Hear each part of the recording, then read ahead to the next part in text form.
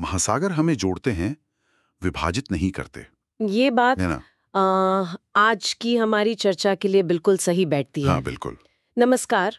आज हम एक बहुत ही जरूरी और दिलचस्प विषय पर बात करने वाले हैं। जी। भारत और नॉर्वे के बीच जो समुद्री साझेदारी तेजी से बढ़ रही है उस पर। हाँ, ये बहुत महत्वपूर्ण है।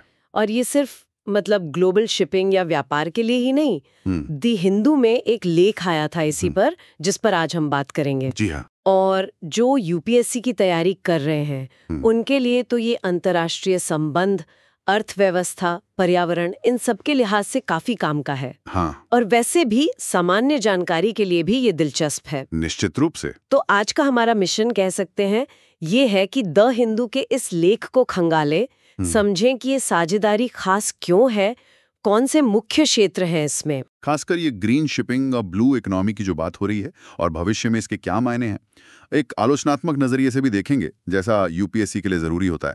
बिल्कुल, ये जरूरी है। तो चलिए शुरू करते हैं। भारत और नॉर्वे दोनों के पास लंबी तट रेखाएं हैं। समंदर दोनों के लिए बहुत अहम है। ये एक नेचुरल कनेक्शन लगता है ना?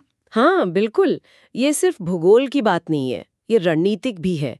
दोनों देश समझते हैं कि एक टिकाऊ, सस्टेनेबल महासागर अर्थव्यवस्था भविष्य के लिए कितनी जरूरी है। अच्छा। और इसी समझ पर देखिए 2019 में ही एक औपचारिक ओशन डायलॉग मतलब समुद्री संवाद शुरू हुआ था। ओके। और एक भारत नॉर्वे टास्क फोर्स भी बनी थी नीली अर्थव्यवस्था पर। तो इसका फोकस टिकाऊ प्रबंधन, प्रदूषण कम करना, ग्रेन शिपिंग, इन सब पर रहा है। मतलब ये कोई अचानक से नहीं हुआ है, एक व्यवस्थित तरीके से आगे बढ़ रहा है। सही कहा। और अभी हाल में मुंबई में इंडिया मैरीटाइम वीक हुआ था। हाँ, उसमें भी नॉर्वे काफी सक्रिय था, है ना? लेख में जिक्र है उनके मैरीटाइम क्लस्टर का। एक क्लस्टर क्या चीज है? हाँ, देखिए, मैरीटाइम क्लस्टर का मतलब है एक पूरा इकोसिस्टम जहां समुद्री उद्योग से जुड़े सब लोग एक जगह हों, जैसे जहाज बनाने वाले, डिजाइनर, शिपिंग कंपनियां, टेक्नोलॉजी देने वाले, फाइनेंस वाले, रिसर्च वाले। अच्छा, हाँ। सब एक साथ। जी। नॉर्वे का क्लस्टर दुनिया के सबसे एडवांस्ड में से एक है। इसका फायदा यह है कि इनोवेशन तेज होता है, नई टेक्नोलॉजी जल्दी आती है, पूरी सप्लाई चेन बेहतर काम करती है। तो मुंबई में उनकी इतनी मजबूत मौजूदगी दिखाती है कि वो भारत के साथ सहयोग को लेकर कितने सीरियस हैं। तो मतलब ये सिर्फ सरकारी बातें नहीं है, इंडस्ट्री भी पूरी तरह शामिल है। बिल्कुल। और इसी से जुड़ा है वो टीपीएस समझौता, भारत एफटीए वाला, जो 1 अक्टूबर से लागू हुआ है।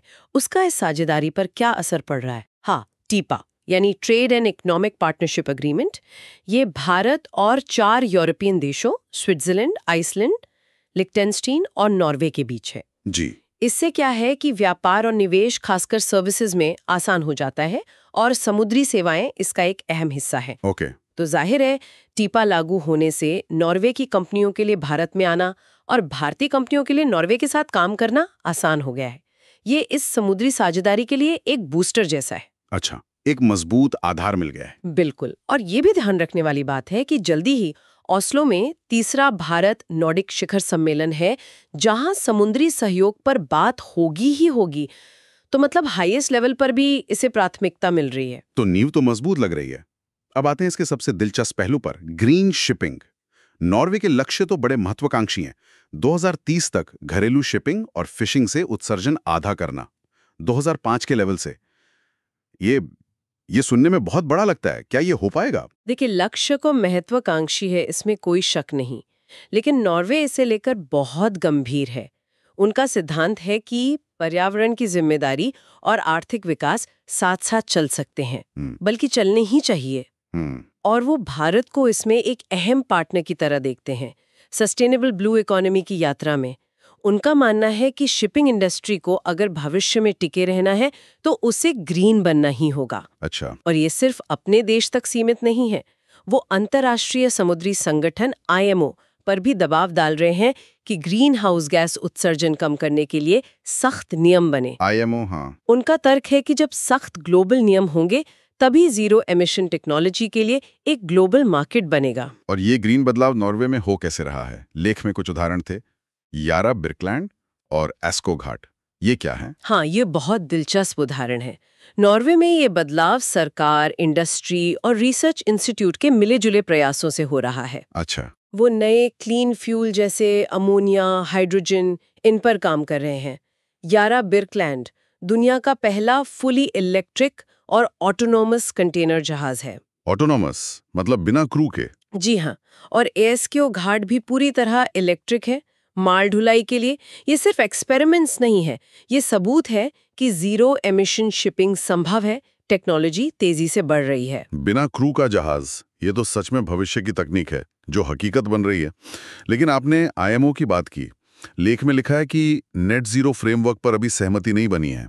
इसका क्या मतलब है? इसका मतलब है कि दुनिया के सभी देश अभी एकमत नहीं है कि 2050 तक शिपिंग से उत्सर्जन को नेट जीरो कैसे करें। नियम क्या हो, टाइमलाइन क्या हो। अच्छा, क्यों? देखिए, नॉर्वे जैसे देश तो मजबूत नियम चाहते हैं, लेकिन कुछ देशों को चिंता है लागत की, टेक्नोलॉजी की उपलब्धता की, विकासशील देशों पर असर की। ये बात तो है। तो ये एक जटिल मुद्दा है। अगले साल आईएमओ में इस पर जो बातचीत होगी वो काफी महत्वपूर्ण होगी।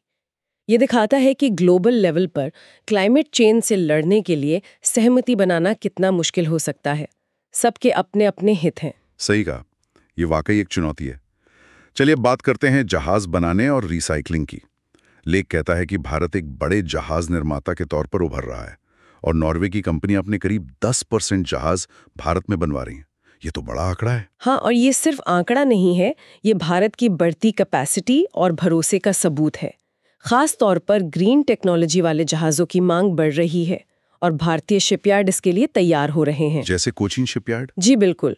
कोचीन शिपयार्ड को हाल में नॉर्वे की विल्सन एएसए से 14 जहाज़ों का ऑर्डर मिला है। ये दिखाता है कि क्वालिटी और टाइम पर डिलीवरी के मामले में भारतीय यार्ड ग्लोबल स्टैंडर्ड पर खरे उतर रहे हैं। मेक इन इंडिया के लिए भी ये अच्छी खबर है। और जहाज बनाने के साथ साथ शिप रिसाइकलिंग की भी बात है।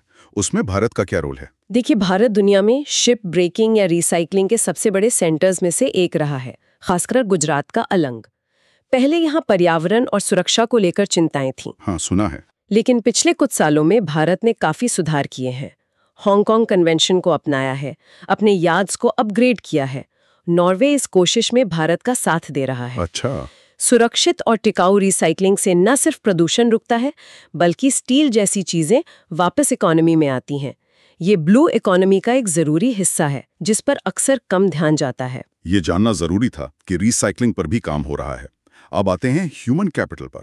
समुद्री उद्योग में महिलाओं की भागीदारी बढ़ाने पर नॉर्वे जोर दे रहा है और मुंबई में मैरीटाइम सीईओ कॉन्फ्रेंस का भी जिक्र है। हाँ, ये बहुत अहम पहलू है।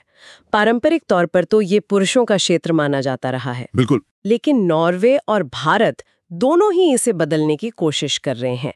मैरीटाइम सीईओ जैसे प्लेटफॉर्म महिला नाविकों, कैडेट्स, लीडर्स को एक साथ लाते हैं, उन्हें हौसला देते हैं, नेटवर्किंग का मौका देते हैं। लेख में कहा गया है कि भारतीय महिला नाविकों और कप्तानों से मिलना काफी प्रेरणादायक था। और भारतीय नाविकों की संख्या भी तो ज्यादा है नॉर्वे के जहाजों पर। जी हाँ, बिल्कुल। नॉर्वे के जहाजों पर काम करने वाले नाविकों में भारतीय दूसरी सबसे बड़ी राष्ट्रीयता है। ये हमारे समुद्री वर्कफोर्स की क्वालिटी दिखाता है। और टीपीएस समझौते में भी इस पर बात हुई है। दोनों देश एक दूसरे के जहाजों पर अपने नाविकों की ऑन बोर्ड ट्रेनिंग को आसान बनाएंगे। ये स्किल डेवलपमेंट के लिए बहुत अच्छा है। सही है। और जहां तक महिलाओं की बात है, भले ही दुनिया भर में उनकी संख्या अभी कम है, लेकिन बेस्ट प्रैक्टिसेस शेयर करके इस इंडस्ट्री को और समावेशी, मतलब सबको साथ लेकर चलने वाला बनाया जा सकता है। ये सिर्फ जेंडर इक्वालिटी की बात नहीं है, इंडस्ट्री के विकास के लिए टैलेंट का पूरा इस्तेमाल करने की भी बात है। ग्रीन टेक्नोलॉजी के लिए भी स्किल्ड लोग चाहिए, जिसमें महिलाएं भी बराबर शामिल हों। मतलब ये साझेदारी सिर्फ तकनीक और व्यापार तक नहीं है, ये लोगों को भी जोड़ रही है, स्किल्स पर भी ध्यान दे रही है। अच्छा, अब अगर भविष्य की तरफ देखें, भारत के अपने विजन्स हैं, मैरीटाइम इंडिया विजन 2030, अमृतकाल 2047। क्या ये नॉर्वे के अप्रोच से मेल खाते हैं? हाँ, काफी हद तक मेल खाते हैं। भारत के इन विजन डॉक्यूमेंट्स में भी पोर्ट्स का आधुनिकीकरण, कनेक्टिविटी, व्यापार को आसान बनाना और सबसे जरूरी समुद्री क्षेत्र को सस्टेनेबल बनाना, इन सब पर जोर है। ओके। इसमें ग्रीन पोर्ट्स, वैकल्पिक ईंधन, ब्लू इकोनॉमी का सतत विकास, ये सब शामिल है। ये नॉर्वे के सस्टेनेबल ओशन मैनेजमेंट के विजन से काफी मिलता जुलता है, तो लगता है दोनों देश एक ही दिशा में देख रहे हैं। और इस दिशा में कोई हालिया मीटिंग वगैरह हुई है? जी हाँ, हाल ही में नॉर्वे के व्यापार मंत्रालय और भारत के बंदरगाह नौवहन मंत्रालय के अधिकारियों के बीच 10वीं जॉइंट वर्किंग ग्रुप की बैठक हुई है। अच्छा, 10वीं बैठक। हाँ, ये एक रेगुलर मैकेनिज्म है। इसमें ग्रीन शिपिंग, ट्रेनिंग, सुरक्षा, रिसाइकलिंग जैसे ठोस मुद्दों पर बात हुई।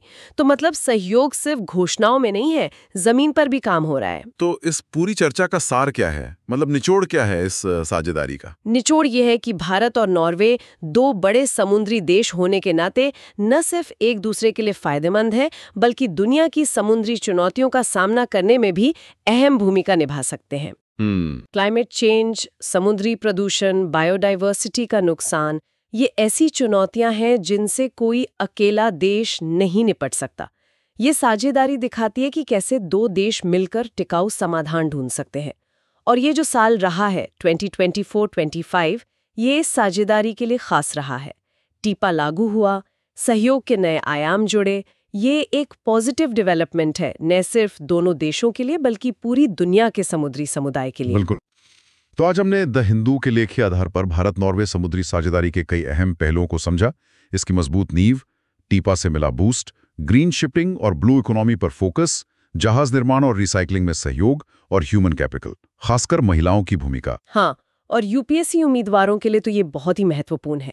जीएस पेपर 2 में IR, Bharat Norway, Bharat Europe, Nordic देश और गवर्नेंस, आईएमओ जैसे संगठन। जी। जीएस पेपर 3 में economy, blue economy, trade, shipping, infra, make in India, environment, green tech, climate change, sustainable development, pollution और साइंस एंड टेक, नए फ्यूल टेक्नोलॉजी, ऑटोनॉमस शिप और social issues जैसे gender equality, skill development में भी इसका जिक्र आ सकता है।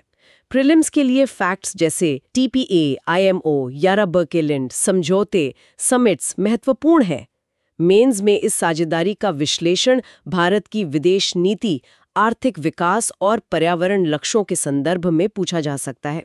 इसे केस स्टडी की तरह भी इस्तेमाल कर सकते हैं। सही है। हमें उम्मीद है कि ये चर्चा सभी श्रोताओं के लिए, खासकर यूपीएससी उम्मीदवारों के लिए उपयोगी रही होगी। अगर आपको ये विश्लेषण पसंद आया तो इसे लाइक करें, हमारे चैनल को सब्सक्राइब करें और अगर आपके कोई सवाल हैं या कोई और पहलू जानना चाहते हैं तो नीचे कमेंट सेक्शन में जरूर लिखें। हमें आपकी प्रतिक्रिया का इंतजार रहेगा। और हाँ, आखिर में सोचने के लिए एक सवाल छोड़ जाते हैं। हमने देखा कि भारत और नॉर्वे मिलकर ग्रीन समुद्री भविष्य की ओर बढ़ रहे हैं। एक विकसित देश, एक विकासशील देश। क्या ये साझेदारी दुनिया के दूसरे विकासशील देशों के लिए एक मॉडल बन सकती है? वो देश जो अक्सर आर्थिक विकास और पर्यावरण की चुनौतियों के बीच जूझते हैं, वो इस भारत नॉर्वे अनुभव से क्या सीख सकते हैं? सोचिएगा इस पर।